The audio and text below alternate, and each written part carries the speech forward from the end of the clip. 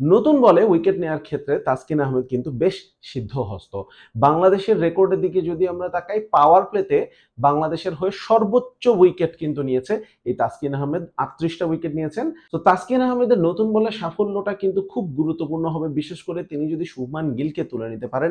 শুভমান গিল বাংলাদেশের বিপক্ষে তার দুর্দান্ত রেকর্ড কিন্তু রয়েছে। আর তাসকিনও কিন্তু শুভমান গিলকে এর আগে আউট করেছেন। তবে এবার কিন্তু নতুন বলে ওই পাওয়ার প্লের মধ্যেই শুভমান গিলের উইকেটটা তুলে নিতে হবে। তাসকিনের আরো কিছু গুণ যদি বলি, এবারের এশিয়া কাপে আমরা দেখেছি যে তাসকিন এমন একজন বোলার যিনি কামব্যাক করতে পারেন, ছক্কা খেয়ে তারপরে উইকেট তুলে নিতে পারেন। আর রেকর্ডের কথা যদি বলি, বাংলাদেশ যে গত বছর ইন্ডিয়াতে গেল 3টা টি-20 ম্যাচ খেললো, তার মধ্যে দিল্লিতে 221 রান করেছিল সেকেন্ড টি-20তে ইন্ডিয়া।